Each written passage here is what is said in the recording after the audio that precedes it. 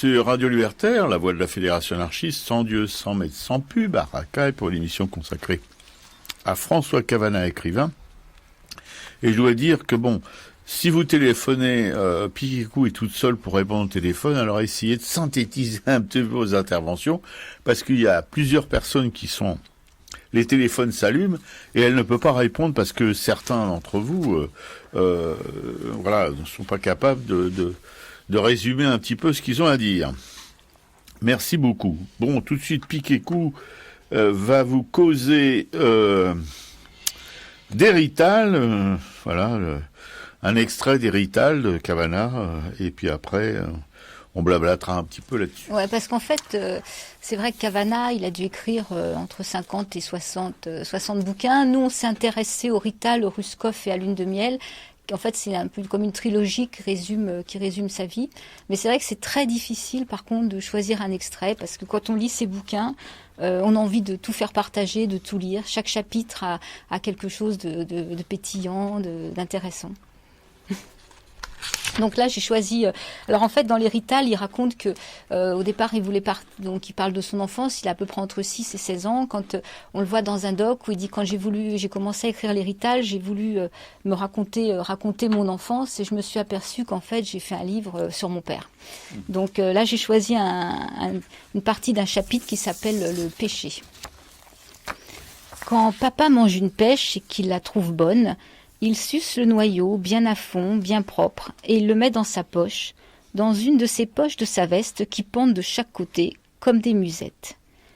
Le noyau de pêche retrouve là d'autres noyaux de pêche, arrivés avant lui, qui se sont fait un nid parmi les boulons, les rondelles, les clous à bateau et toutes ces merveilles rouillées que je vous ai dit qu'il y a dans les poches de la veste à papa.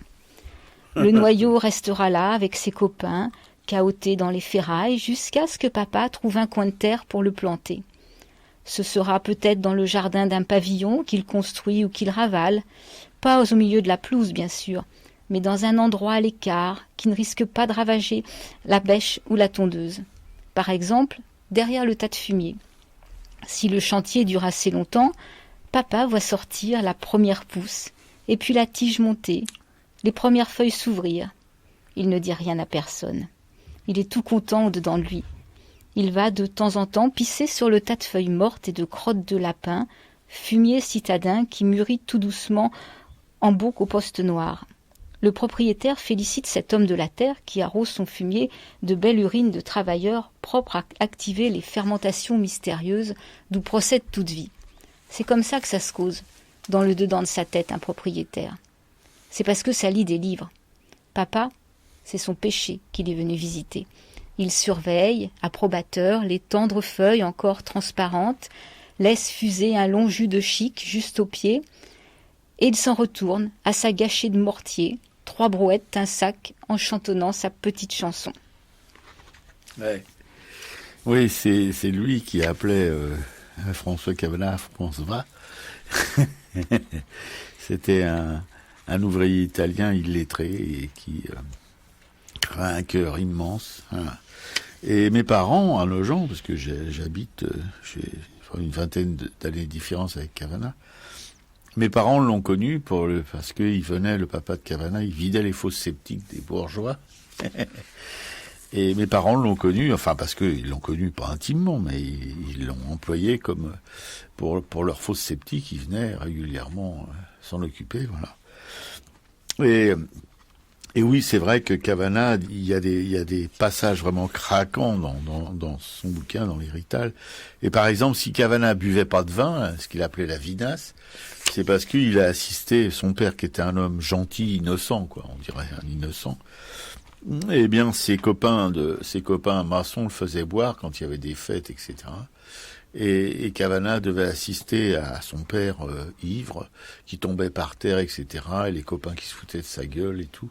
Et ça l'a profondément marqué, parce qu'il adorait son papa, hein, et de le voir comme ça, pitoyable, la risée des gens, etc. Ça lui a procuré une aversion durable envers justement la vinasse, quoi. Donc il ne buvait pas une goutte d'alcool, Cavanat, entre autres.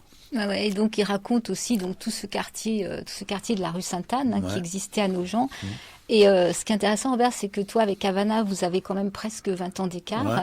Et en fait, quand tu me racontes Nogent, c'est le Nogent de Cavana. C'est-à-dire que pendant ces 20 ans, un peu, c'est comme si tout était resté pareil, quoi. C'est ça qui, à chaque fois que tu m'évoques la Marne, les baignades dans la Marne, effectivement, et qu'on le lit dans Cavana, on retrouve exactement la même chose, quoi. C'est cette joie de vivre quand même aussi, là où vous alliez vous baigner dans la Marne. Ouais. Il raconte déjà des passages un peu sympas quand il est avec ses potes et qui, ça y est, voilà, ils vont prendre un bain. Ouais, comme on le faisait nous 20 ans plus tard, parce que nos gens n'avaient pas changé depuis la fin de la guerre, ou même avant la guerre, jusqu'aux années 60.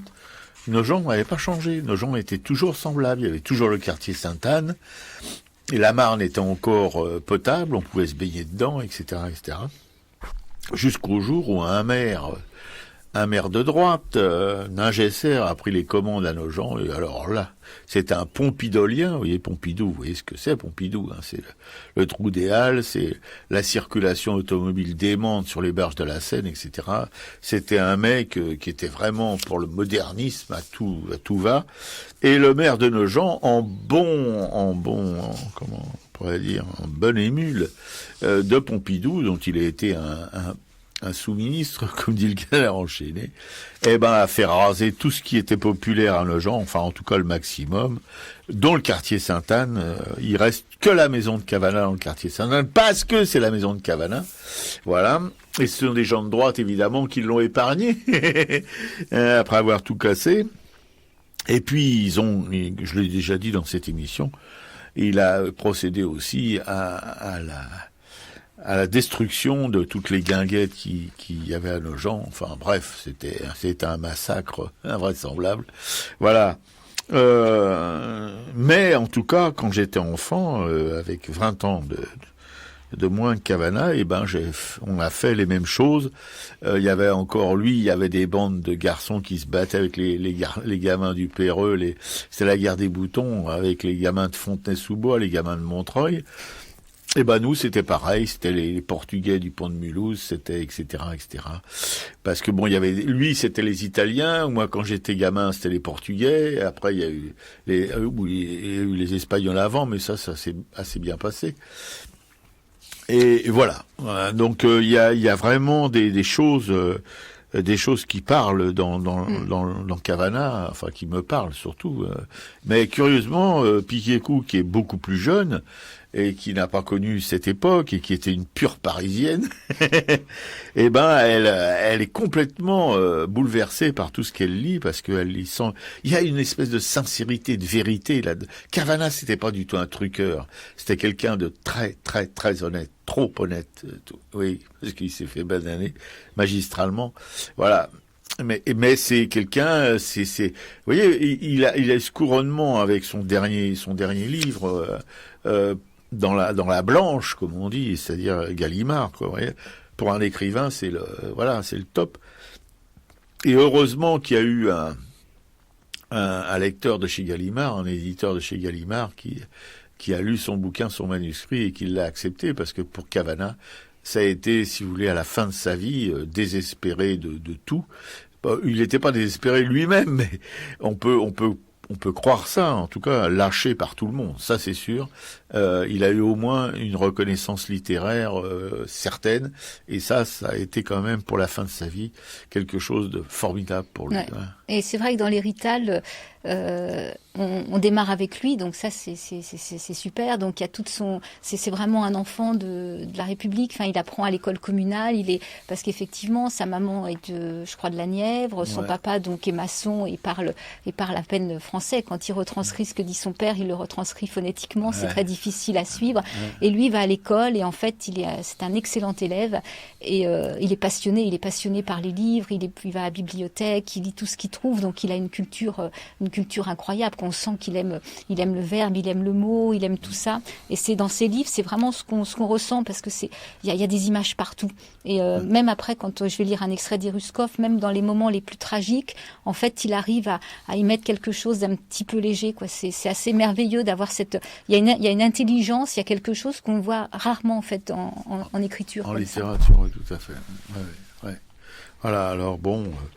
je suis les progrès de ma camarade dans ses lectures, et je dois dire que je ne sais pas si elle va tenir le coup pour lire, surtout pour lire les Ruskov, l'extrait des Ruskov, parce que c'est un livre absolument bouleversant que je refuse de relire je sais pas combien de fois, mais quand elle a évoqué ce qu'elle avait lu dans les Ruskov, j'ai dit moi je les relirai pas, hein, parce que d'abord de voir sa tête aller au bord de l'effondrement, j'ai dit non.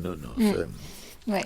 Et là, il raconte, il y a aussi sur ce qui l'a formé, quand il parle de Bibi Fricotin, des illustrés que sa maman lui achetait. Et ce qui est génial, c'est que sa maman, en fait, a toujours voulu qu'il réussisse. C'était vraiment ce qui la motivait, quoi. Il fallait que son François, il soit bon à l'école et qu'il y arrive, quoi. Et quand il a été postier, là, c'était l'apothéose, là. Elle était vachement fière qu'il soit postier, elle en parlait à toutes ses copines. Ouais, fallait pas qu'il soit maçon, fallait qu'il soit postier. Ouais, parce que c'était l'administration, et voilà, pour les gens, semble-t-il, les gens simples, modestes, rentrer dans l'administration, c'était quand même quelque chose, quoi. C'était la sécurité de l'emploi à vie, etc., etc. Et puis l'administration des postes jouissait d'un certain prestige aussi, il faut le dire. Hein. Moi, je me souviens du facteur qui avait une grande cape noire, je sais pas, noir ou bleu marine foncé. Voilà, c'était les facteurs quand ils déboulaient, c'était assez imposant quand même. Oui, non, pardonnez-moi, parce que Piqueco vient de m'en apprendre une bien bonne. C'est Radio Libertaire, évidemment. Hein. C'est l'émission Arracaille consacrée aujourd'hui à notre écrivain préféré, François Cavana, un écrivain, un être humain d'abord, un cœur grand comme ça, voilà, qui nous a quittés il y a 2 ans environ. Nous on était allé le saluer au Père-Lachaise. En se caillant les meules, je dis pas, on avait les pieds, c'était des blocs de glace. Enfin, on a été réchauffer ça dans un bistrot. Hein. Bon. Et voilà, Cavana, qui est un pays à moi, si je peux dire, puisque moi aussi je suis de Nogent sur Marle-les-Boudins, comme lui l'était. Alors je trouve qu'ils sont un peu gonflés, cette mairie et RPR. Alors ils ont fait la bibliothèque Cavana, ils en ont fait des tonnes, vous voyez, ils ont des choses à se faire pardonner. Voilà. Puis Cavana, qui est quelqu'un de gentil, profondément gentil, bon, il a laissé faire. Il a même laissé faire beaucoup trop de choses parce que ça lui a pas vraiment servi. Il n'y a pas eu de retour, on peut dire. Hein, c'est pas le cas des gens comme ça, qui sont pas des opportunistes. Eh ben, ils en prennent plein la tronche, et puis voilà. Et quand d'autres en profitent et s'engraissent à leurs dépens. Alors tout de suite, ma camarade Piqueco, qui est, je peux vous l'assurer encore une fois, une fan inconditionnelle de cet écrivain, d'abord, eh bien, elle va vous lire un extrait des Ruskov. J'espère qu'elle ira au bout, parce que je la sens un peu fragile sur le coup. Ouais, je vais aller au bout. On parlera des Ruskov après, donc je lis l'extrait. Donc effectivement, je précise quand même que les Ruskov racontent principalement quand il a été déporté au STO en Allemagne, donc pendant de 42 à 45, donc pendant 3 ans. Et voilà, donc dans le passage que j'ai choisi, c'est plutôt vers le dernier tiers du bouquin. Donc c'est Berlin qui vient d'être détruite. J'ai vu crouler Berlin jour après jour, jour après jour. Ils ont fait ça, ils ont pu le faire, je ne m'en remettrai jamais. La guerre sera toujours en moi, toujours, tant que je vivrai. Ils ont pu faire ça, ils l'ont fait en riant, j'en suis sûre, en chantant, en se donnant de grandes tapes dans le dos pour avoir si bien visé, en débouchant le champagne des grandes occasions. Des hommes ont pu faire ça, j'ai vu crouler Berlin, j'ai pas vu Londres. Les journaux d'ici se vantent de l'avoir écrasé. J'ai pas vu Kharkov, j'ai pas vu Stalingrad, j'ai pas vu Dunkerque, j'ai pas vu Pearl Harbor, j'ai pas vu Dresde, ni Hambourg, ni Dortmund, ni Varsovie. Je ne les ai pas vues, mais je les ai vues toutes. J'ai vu Berlin. La guerre, les chleux l'ont dans le cul, on le sait, et eux aussi le savent. Les Russes sont sur l'odeur, les Ricains sont en France et en Italie, tout fout le camp, c'est la fin. Alors, pourquoi les bombes sur les villes, ça n'écourte pas les guerres d'un seul jour, pas d'une heure. Pour terroriser le populo. Oui, c'est vrai, il est terrorisé, et alors quel populo? Des femmes, des gosses, des vieux, des esclaves déportés. C'est pas ceux-là qui décident de la guerre. Ils ne peuvent rien, que répandre leurs tripes, brûler vivants, crever de faim, avoir peur et fermer leur gueule. J'ai vu une femme pas jeune, pleurer devant le tas de briques qui avait été sa maison. On venait de sortir de là-dessous les morceaux de son mari. Elle sanglotait, pas moyen de se retenir. Ne voulait pas s'en aller de là. Sanglotait, c'est tout. Se tordait les mains, pleurait en public et défendu. Indigne du peuple allemand, défaitisme. Le défaitisme est puni de mort. Partout des affiches le rappellent. D'autres exaltent l'admirable fermeté des Berlinois dans l'épreuve. C'est la première chose qu'ils font, coller ces affiches sur les ruines fumantes. À peine l'alerte finie, les Hitlerjungen aux cuisses musclées accourent avec leurs pinceaux, leurs pots de colle, leurs culottes courtes et leurs chaussettes blanches. 2 gros mecs en uniforme moutarde, avec brassard rouge à croix gammée, ont pris la femme chacun par un bras, lui ont parlé, avec patience. Ils comprenaient très bien, ils lui ont dit « Nous comprenons très bien votre douleur. C'est atroce, salaud d'anglais. Mais il est mort pour l'Allemagne, pour le Führer. Il sera vengé. » Songez à tous ces beaux jeunes gars qui tombent au front. Gna gna gna, ils débitaient leurs conneries de merde, mais elles s'en foutaient bien de l'Allemagne, du Führer, du peuple allemand, de l'honneur et de la dignité, et de perdre la face devant des cochons d'étrangers. Plus rien n'existait, elle n'offrait plus prise. Elle avait perdu son vieux. La bombe n'avait pas voulu d'elle. Elle n'était plus qu'horreur et incrédulité. Et moi, je la regardais. Je devrais être blindée, l'horreur, je patauge dedans à longueur de journée. Je la regardais et j'avais envie de chialer avec elle, de hurler à la mort. Cette vieille, c'était ma mère, c'était maman devant son fils éventré. Mon blindage était tombé. Une bonne femme qui pleure, mais qu'est-ce que c'est dans ce bordel d'épouvante où je traîne mes pieds depuis si longtemps? Bah oui, tu sais jamais quand ça va te cueillir. Tout d'un coup, j'en pouvais plus. Viens me parler de Bosch ou de pas Bosch après ça. Ouais. Et je vais lire un autre extrait où là il est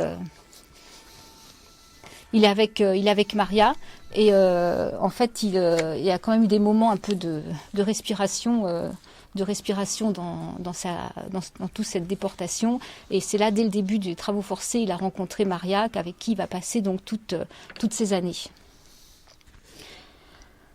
Alors voilà, nous sommes en Poméranie, dans un petit bled qui s'appelle Zerentin, à une 30aine de kilomètres à l'ouest de Stettin. C'est là qu'on est venu creuser des trous pour arrêter les Russes.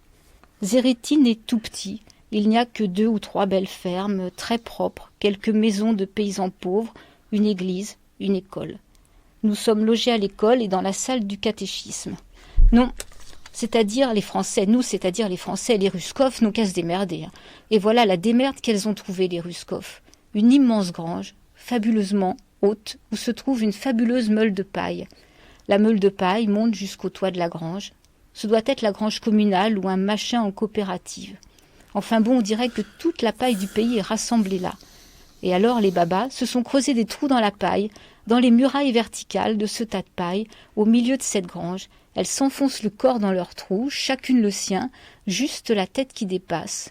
On a chaud, on est bien, c'est formidable, toutes ces têtes qui dépassent de cette paille, comme des nids d'hirondelles accrochés à une falaise. Quelle merveille! Naturellement, je couche là. J'ai mon trou avec Maria dedans. C'est tellement drôle et tellement bon, on se serre l'un contre l'autre, on se regarde et on rit comme des bossus. Et le soir, tous les soirs, les Russes chantent. Là, personne ne les emmerde. Les Français sont à l'autre bout du pays, dans leur école, dans leur sacristie. Les Allemands du village, quelques vieux et quelques femmes, les enfants ont été évacués, viennent autour de la grange, écouter les Russes chanter dans la nuit. Ils s'assoient par terre, ils tirent sur leurs pipes, ils ne disent rien. Je sais que de grosses larmes leur coulent sur les joues, et puis ils s'en vont, discrètement.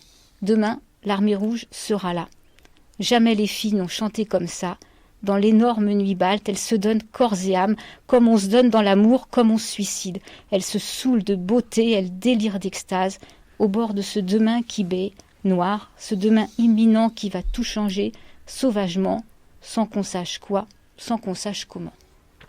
Ah, merci, Denis. Donc voilà ce deuxième extrait des Ruskov.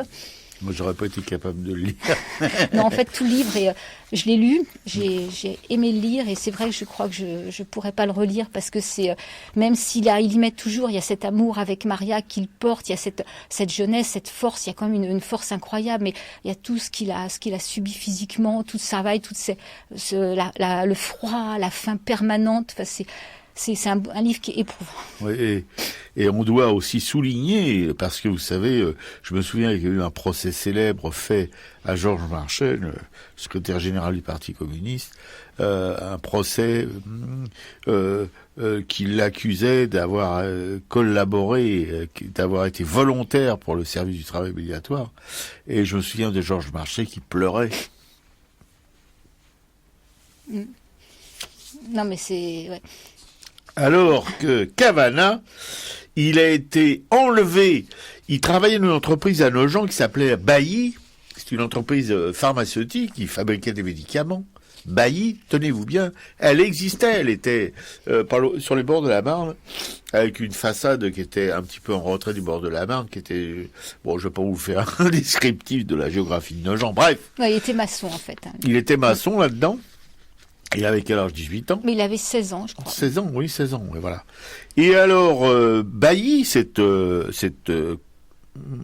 on pourrait dire, cette fabrique bien française, bien de chez nous, comme Renault, comme ces gens-là, eh bien, pour pouvoir avoir si vous voulez, des denrées, mais du sucre, tout ça, pour faire leurs médicaments, enfin des choses, de l'alcool, des choses qui étaient introuvables à cette époque-là, eh ben, elle avait un deal avec les Allemands, leur refilait tous les jeunes gens qu'il y avait là-dedans pour aller au service du travail obligatoire en Allemagne, parce qu'il faut dire que ça se bousculait pas pour partir. Il y avait pas beaucoup de volontaires.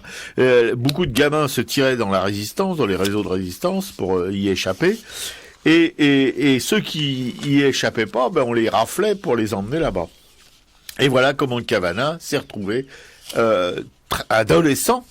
S'est retrouvé en camp de travail en Allemagne où il a subi, alors là je dis, le descriptif de tout ce qu'il a dû endurer, c'est invraisemblable qu'il s'en soit sorti. Ah ouais, il a été même jusqu'à, d'ailleurs on voit dans les vidéos, il a même été jusqu'à se mutiler le doigt d'une main tellement le travail de presse qu'on lui imposait était difficile et il se dit je vais plus pouvoir tenir, donc il s'imagine effectivement que mutilé il échappera à ce travail-là pour repousser des wagonnets ou aller ailleurs et bon. Oui, non, c'est... Plus un début de septicémie, plus des problèmes d'hémorroïdes qui sont avec des complications. Enfin, énorme, oui, il aurait dû y passer, mais plusieurs fois, quoi. Il a tenu le choc. Un garçon qui avait un esprit sain dans un corps sain. Voilà. Mais encore une fois, je voudrais insister sur ces entreprises françaises, voyez-vous, qui collaboraient, mais d'une manière éhontée avec l'occupant, et puis vous croyez qu'il y a eu des représailles à la Libération, pensez-vous?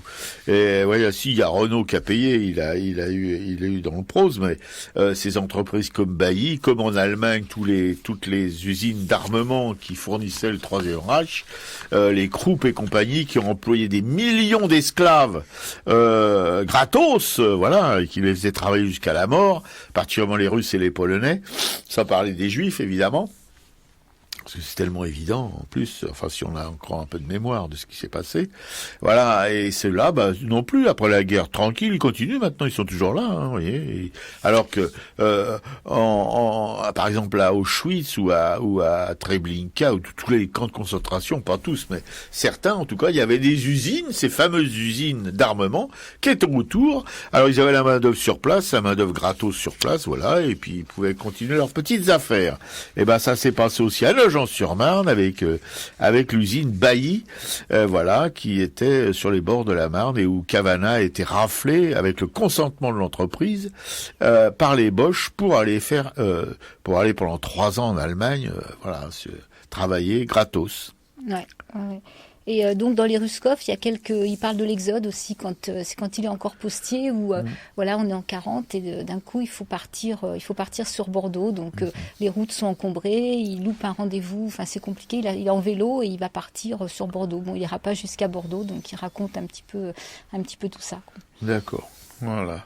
Et on va passer à la suite après avoir écouté évidemment ces femmes qui chantent. Alors Katiouchka, parce que effectivement, c'est une chanson qui revient très souvent. Ces chants de femmes russes sont là en permanence. Hein, ces babas là, elles chantaient tout le temps, ce qui leur donnait une force incroyable, quoi. Et des fois, elles chantaient même des chants anti-nazis que les Allemands comprenaient pas, quoi. Ouais, mais il faut dire que les Russes ils en ont vraiment bavé parce qu'ils étaient considérés comme des animaux par les Allemands, carrément, avec les Polonais d'ailleurs, et les Juifs. Donc ils étaient effectivement moins bien nourris, moins bien logés. Et ils avaient des sévices corporels beaucoup plus violents, allant jusqu'à la mort, la pendaison, etc. etc. Parce qu'effectivement, les prisonniers français, fallait quand même qu'ils meurent pas. Ouais. C'est ce qui a probablement sauvé une partie, c'est qu'il fallait quand même les alimenter à minima et les soigner à minima, quoi. Ouais, voilà, c'est ça.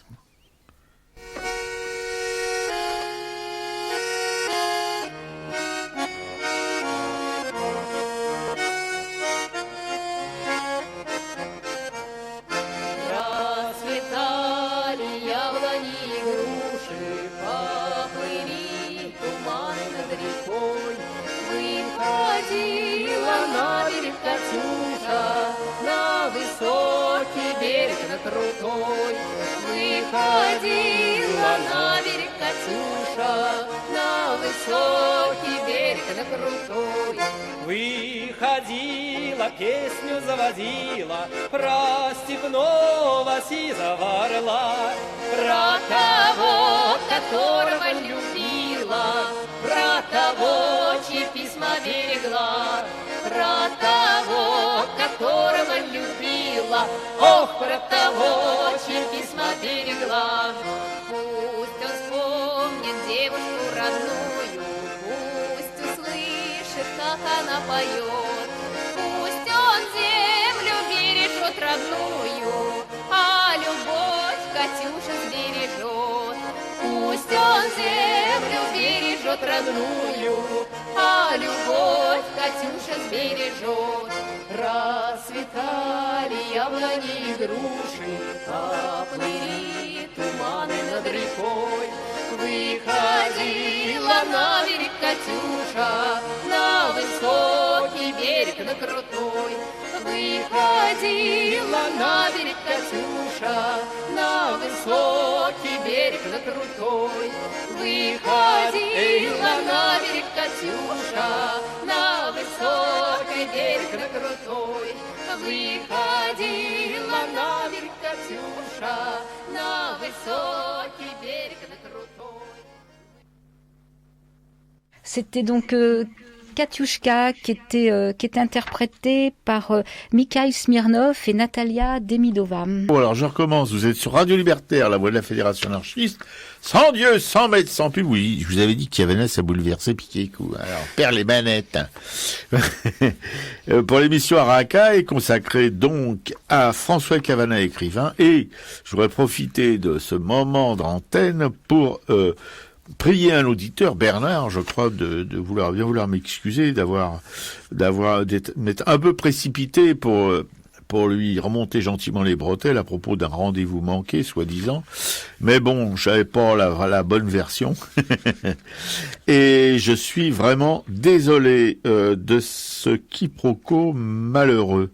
Voilà, j'espère qu'il voudra bien oublier tout ça et puis continuer comme avant sur le chemin de la route de cette émission, de cette écoute, etc., etc. Voilà, surtout ça. Il semble, d'après ma camarade Picou, que ce soit quelqu'un de très gentil, de très courtois, voilà, ce qui est parfois un peu dans ces époques troubles, voilà, un peu curieux, mais pour nous, on trouve ça très très bien. Bon, j'ai fait mon mea culpa. Mea culpa, ideo precor beatam Saint-Père Virginem.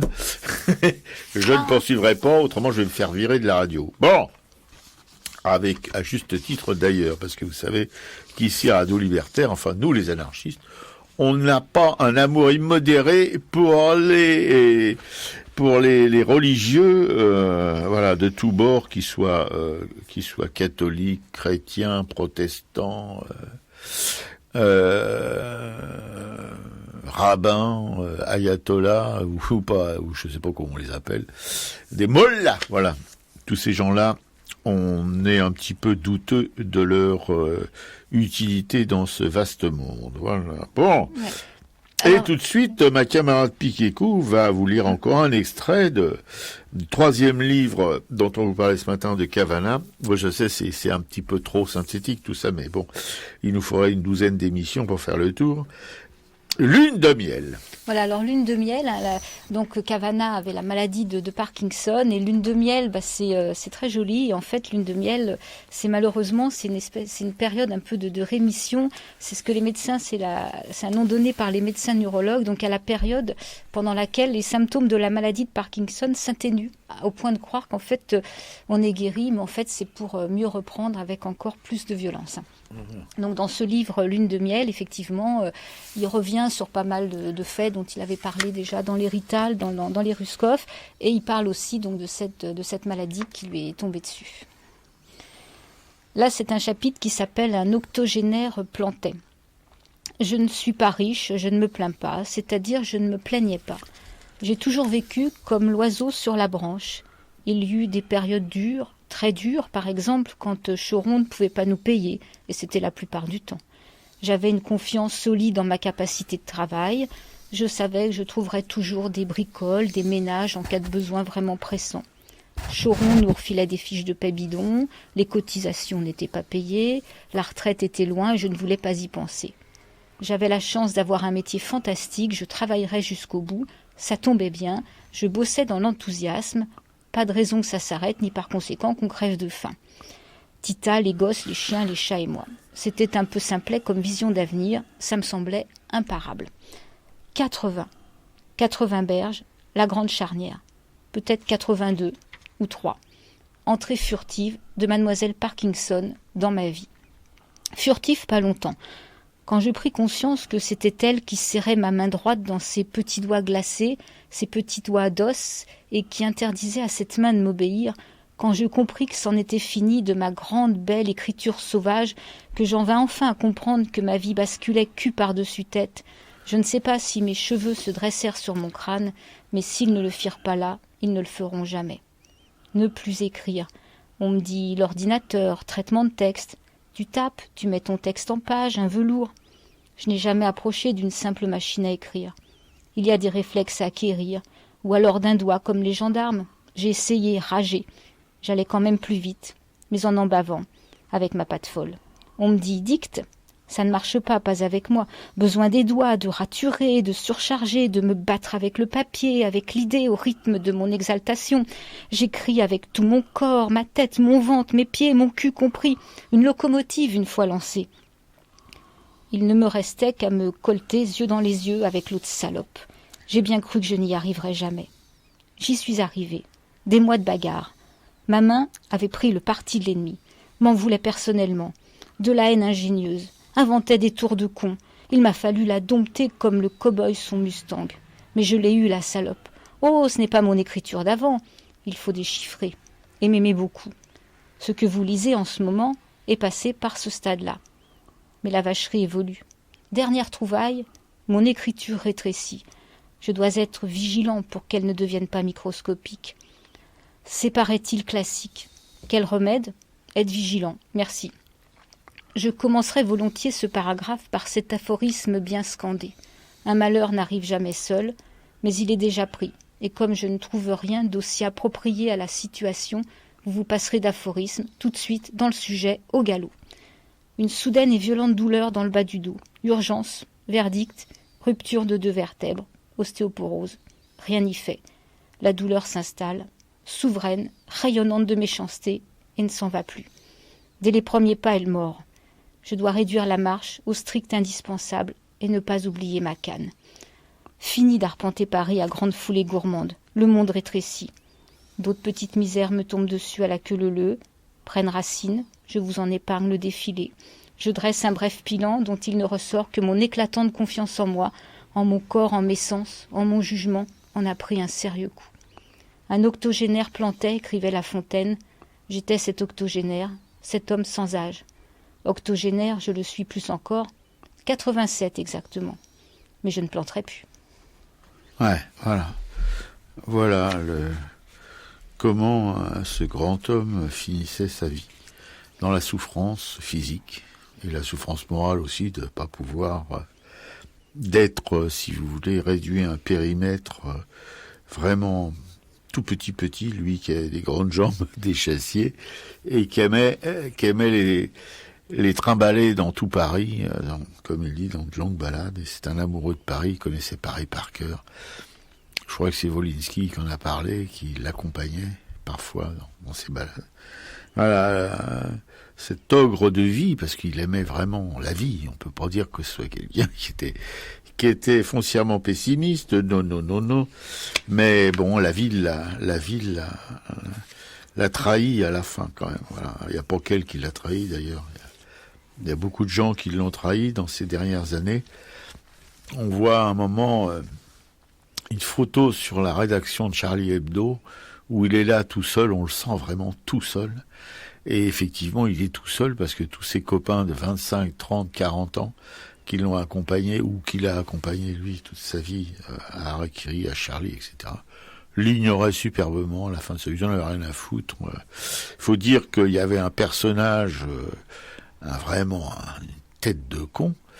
Vous pardonnerez ce langage trivial, mais je trouve pas rien d'autre, qui s'appelait Val et qui lui a pourri, l'ambiance dans cette publication à force de tromperies, de mensonges, etc., etc.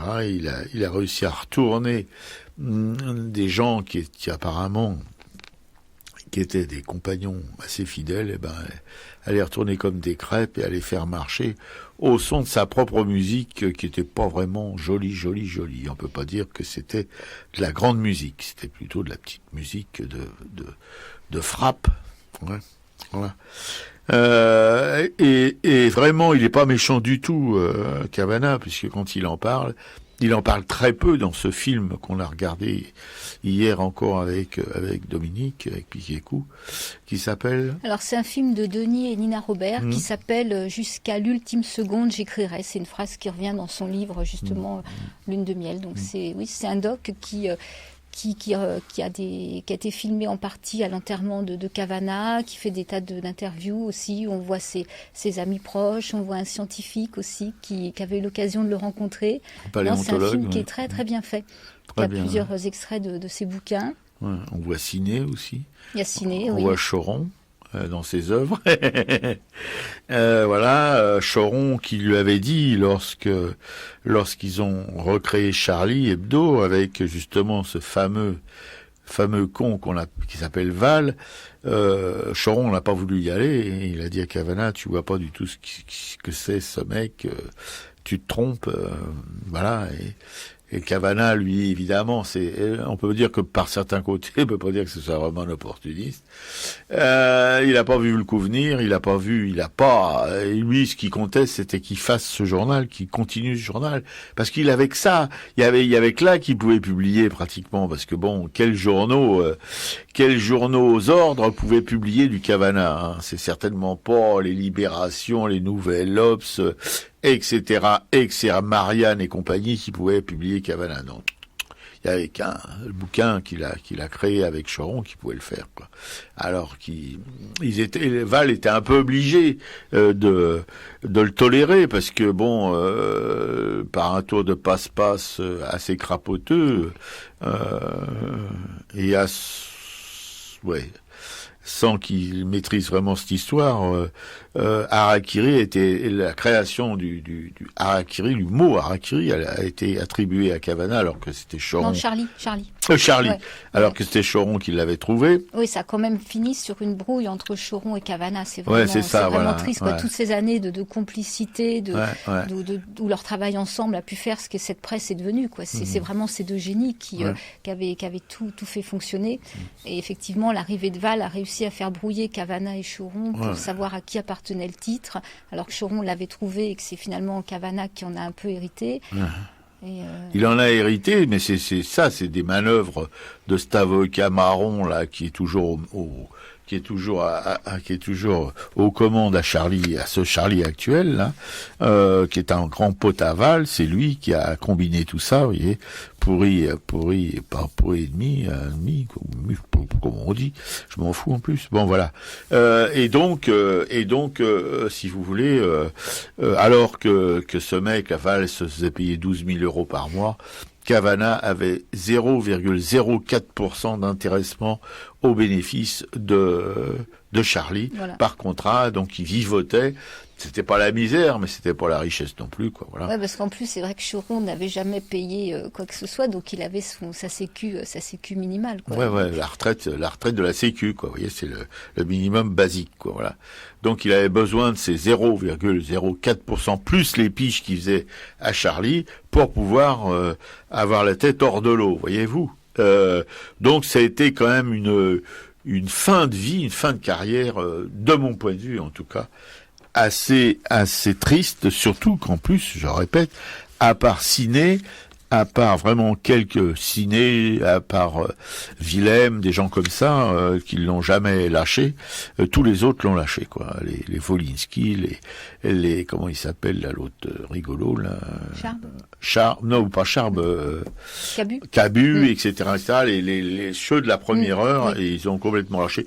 Les autres l'ignoraient simplement, voilà, c'est tout. Ouais, alors quand on voit Charbe à l'enterrement de Charlie Hebdo, qui commissionné par la rédaction, qui fait son blabla, c'est aussi un peu triste, quoi, parce que il s'est rappelé d'un seul coup que Cavana avait existé, et lui faire un éloge funèbre, ça sentait pas très bon, quoi, on peut pas dire. Voilà tout ce qu'on peut, hélas. Alors c'est vrai que tout ça il l'évoque dans Lune de miel, hein, il en parle un petit peu à la fin, donc ça reste très sobre, mais en fait tout est dit. Justement, quand on lit entre les lignes, il sent, il raconte un peu, il est conscient de cette trahison. Françoise, qui était au téléphone tout à l'heure, qui me dit avoir bien connu Cavana, Cavana lui disait qu'en fait ses amis on les comptait sur le doigt d'une seule main, quoi. Oui, bien sûr. Oui, alors que je vous dis, c'est lui qui leur a mis le pied, comme on dit, dans le peuple à l'étrier, quoi. Tous, ils le reconnaissent tous d'ailleurs dans les diverses interviews qu'on a pu regarder. Tous, oui, c'est Cavana, c'est Cavana, c'est Cavana, c'est Cavana. Ouais, sauf que quand le nouveau Charlie est sorti, Cavana, c'était plus qu'un mec qui faisait chier, quoi. Alors il fallait se le gaver, voilà, c'est tout. C'est là qu'on voit. Il y a un vieux truc qui dit, un vieux dicton, je sais pas comment on appelle ça, qui dit qu'on reconnaît ses amis dans la débine, mais pas dans le bonheur, quoi. Voilà. Et là, dans la débine, il en avait plus. Je dis, à part Ciné, heureusement qu'il est encore là, hein, pour quelque temps, parce que voilà, c'est plutôt lui l'héritier de Cavana plutôt que les oiseaux qui est actuellement à Charlie Hebdo. Voilà. Ouais. Est-ce qu'on parle, je sais pas, on peut parler aussi ça on l'a pas lu directement, du bouquin Mohican aussi de Denis Robert, qui revient. Moi j'ai eu l'occasion d'écouter Denis Robert sur le site de Là-bas si j'y suis, où il raconte un petit peu justement toutes les embrouilles qu'il y a eu à Charlie Hebdo, donc tout ce dont on vient de parler. Donc voilà, Mohican, c'est un livre de Denis Robert.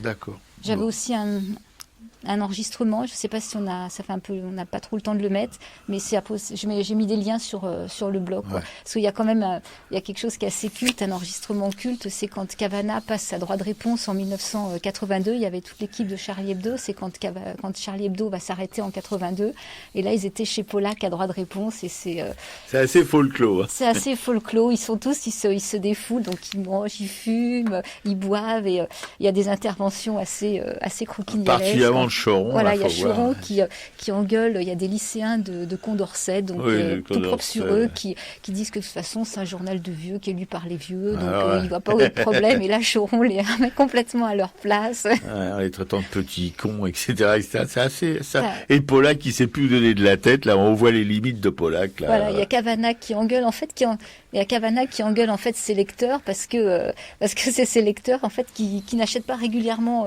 Charlie Hebdo, donc finalement il engueule pas ceux qui le lisent pas, mais plutôt ceux qui lisent, quoi. Et on a fait le tour. Hein. Oui, on y reviendra peut-être après la musique. Ouais.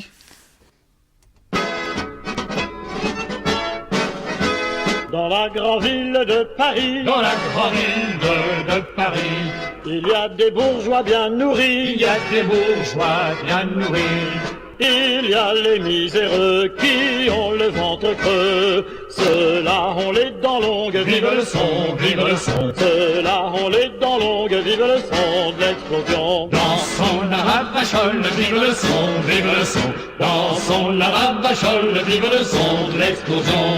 Il y a les magistrats vendus, il y a les magistrats vendus, il y a les financiers ventrus, il y a les financiers ventrus, il y a les argousins, mais pour tous ces coquins, il y a de la dynamite, Vive le son, vive le son. il y a de la dynamite, vive le son de l'explosion. Dansons la ravachole, vive le son, vive le son. Dansons la ravachole, vive le son de l'explosion. Il y a les sénateurs gâteux, Il y a les sénateurs gâteux, il y a les députés véreux, il y a les députés véreux, il y a les généraux, assassins et bourreaux. Bouchers en uniforme, vive le son, vive le son. bouchers en uniforme, vive le son de l'explosion. Dansons la ravachole, vive le son, vive le son. Dansons la ravachole, vive le son de l'explosion. En nom de Dieu, faut en finir. Ah nom de Dieu, faut en finir. Assez longtemps geindre et souffrir. Assez longtemps geindre et souffrir. Pas de guerre à moitié, plus de lâche pitié. Mort à la bourgeoisie, Vive le son, vive le son. mort à la bourgeoisie, vive le son de l'explosion. Dansons la ravachole, vive le son, vive le son. Dansons la ravachole, vive le son de l'explosion. C'était la Ravachole, une chanson de 1893. Donc voilà, on a fait un petit peu le tour là de tout ce qu'on avait dit sur Cavana. Je pense que j'avais des enregistrements, mais on n'a plus trop le temps de les diffuser. Donc voilà, vous êtes sur Radio Libertaire à Racaille 89.4. Robert vient de s'asseoir à nouveau à sa table. Il va pouvoir reprendre les manettes. Oui, enfin bon. Une émission, vous avez pu remarquer, qui est un petit peu tendue, puisque il y a l'émotion qui est là, et voilà. Et ça, nous, on est aussi des êtres humains. On n'est pas des machines, comme on dit, on n'est pas des robots. Les derniers représentants de l'espèce humaine sont dans les rangs des anarchistes, voyez-vous. Alors là, évidemment, la Ravachole, parce que aussi on pense à la manif de demain. Hein. On n'aura pas de dynamite, hein, rassurez-vous, les keufs. La dynamite, ça sera notre présence, c'est tout. En fait, c'est aussi même toute la dynamite qui était ces journaux, justement, aussi, Ouais. au sens figuré, quoi. Tout ce que ça a représenté dans la presse, quoi. Absolument, ouais, c'est sans évidemment, sans Charlie, sans Harakiri, si vous voulez, comme je le disais dans le papier pour présenter l'émission. Eh bien, la révolution qui va se ramener demain, elle se serait pas ramenée demain, mais plutôt après-demain. Voilà, ça c'est l'héritage peut-être de ces deux publications, voilà, que ces deux copains ont mis dans le paysage français. Voilà, je rappelle aussi, en passant comme ça, pour un peu finir là-dessus aujourd'hui en tout cas, que le journalisme français ne les reconnaissait pas comme des journaux. Voilà, c'était pour eux, c'était rien du tout, Charlie Hebdo ou Harakiri. Alors on a bien grincé des dents ou rigolé quand on les a vus s'apitoyer un peu tardivement sur le sort de ces journaux. Voilà, enfin, je parle du Charlie Hebdo, du Charlie, oui, et mensuel ou après Hebdo, et de Harakiri, première mouture, hein, pas celui qui existe encore aujourd'hui. Là, qui est autre Et en chose. parlant en fait de manif, de révolution, il y a Choron et Cavana qui dit, je pense à juste titre, que c'est leur journal donc paraissait depuis les années 60 et qu'il n'y aurait peut-être pas eu de mai 68 si ces journaux n'avaient pas existé. Absolument. En fait, ils ont passé quand même toutes ces années à préparer le changement de mentalité. Bien sûr, oui. Parce que en préparant justement, en faisant un journalisme qui était pas du tout conventionnel, voilà, qui était complètement novateur, hein, et comme insistait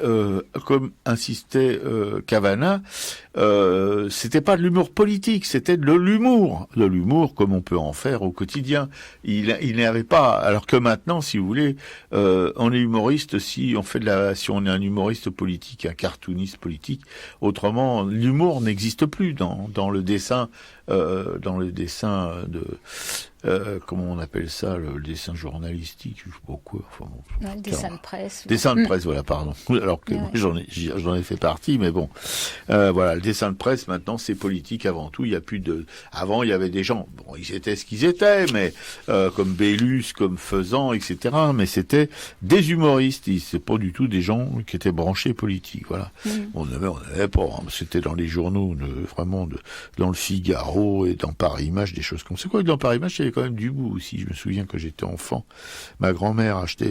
une de mes grand-mères achetait Paris Match et je me régalais en regardant les dessins de Dubout.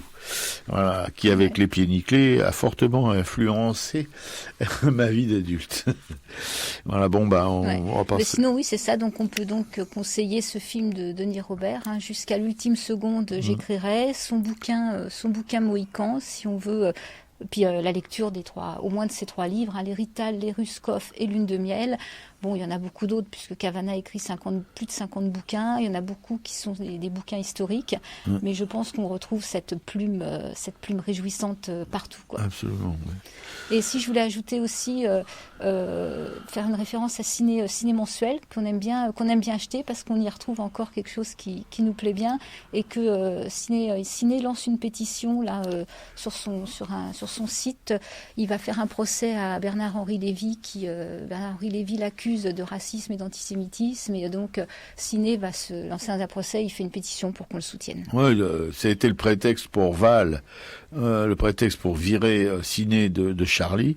Alors et depuis il y a une espèce de cabale, une espèce de qui perdure et Monsieur Lévy, ce philosophe de pacotille, là, ce philosophe mondain qui en remet une couche. Voilà. Bon, ça mange pas de pain, mon pote, hein, tu peux y aller. Voilà, en tout cas, nous, on n'est pas antisémite du tout ici, enfin, pour vous l'assurer. Puis si vous ne le croyez pas, on s'en tape.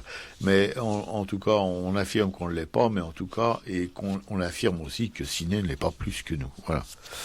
Et tout de suite, après ces échanges aimables... On pourrait en dire encore beaucoup, finalement, oui. à toutes ces lectures et ces films. C'est vrai qu'on pourrait rester encore dans cette ambiance très longtemps. Oui, surtout, on pourrait surtout dire que, à part Ciné Mensuel, qui est un peu un espèce d'enfant putatif de la presse...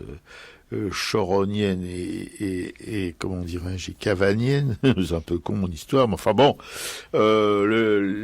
actuellement la presse, il n'y a plus de presse comme celle que défendaient ces deux hommes. Il reste le Canard enchaîné évidemment, mais qui est plus une institution. Voilà, tant mieux qu'elle existe, mais bon. Et moi, Robert, j'ajouterais le journal Fakir. Oui, même, bien sûr. Parce que Fakir a justement ce côté, cet imaginaire, cette façon de prendre à contre-pied auquel on n'est pas habitué, même dans les presses habituellement alternatives. Donc voilà, Fakir. Et donc ce film, Merci Patron, que on conseille encore d'aller voir, qui est encore sur les écrans. Voilà. Et entre autres à Montreuil, au Méliès, vous pouvez aller le voir. Jusqu'au 15 mars et après pendant les journées du cinéma. Voilà.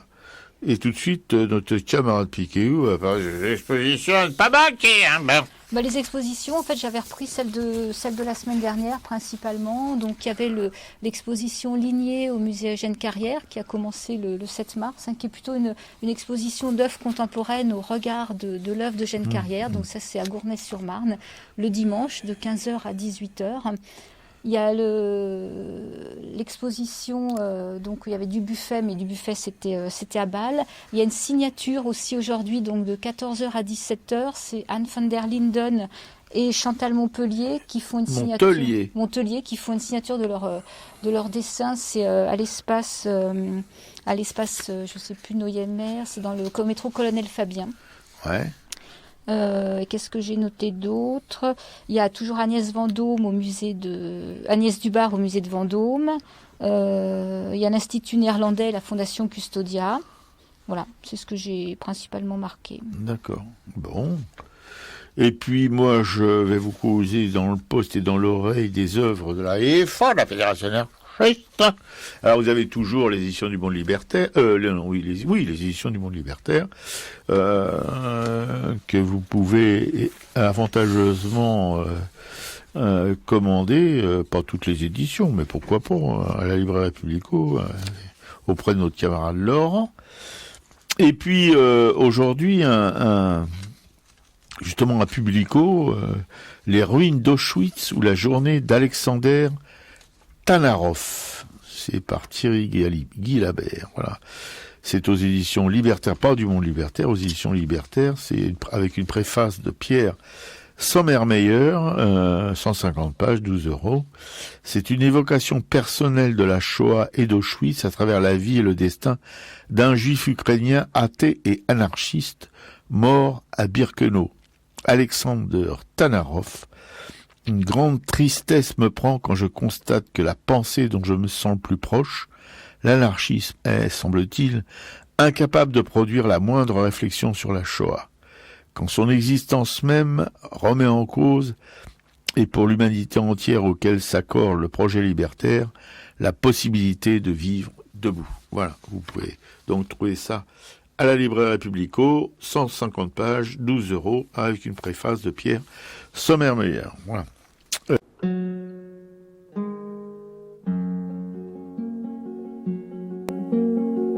Cuando ya nada se espera personalmente saltante, más se palpita y se sigue más acá de la conciencia, fieramente existiendo, ciegamente afirmando, como un pulso que golpea las tinieblas, que golpea las tinieblas. Cuando se miran de frente los vertiginosos ojos claros de la muerte, se dicen las verdades, las bárbaras, terribles, amorosas crueldades, amorosas crueldades. Poesía para el pobre, poesía necesaria como el pan de cada día, como el aire que exigimos 13 veces por minuto para ser y en tanto somos, dar un sí que glorifica. Porque vivimos a golpes, porque apenas si nos dejan decir que somos quien somos. Nuestros cantares no pueden ser sin pecado un adorno. Estamos tocando el fondo, estamos tocando el fondo. Maldigo la poesía concebida como un lujo cultural por los neutrales, que lavándose las manos se desentienden y evaden. Maldigo la poesía de quien no toma partido, partido hasta mancharse. Hago mía las faltas, siento en mí a cuanto sufren y canto respirando. Cante, canto y cantando más allá de mis penas personales. Me ensancho, me ensancho. Quiero daros vida, provocar nuevos actos y calculo por eso con técnica que puedo. Me siento un ingeniero del verso y un obrero que trabaja con otros a España en sus aceros. No es una poesía gota a gota pensada, no es un bello producto, no es un fruto perfecto. Es lo más necesario, lo que no tiene nombre, son gritos en el cielo y en la tierra son actos. Porque vivimos a golpes, porque apenas si nos dejan decir que somos quien somos. Nuestros cantares no pueden ser sin pecado un adorno. Estamos tocando el fondo, estamos tocando el fondo.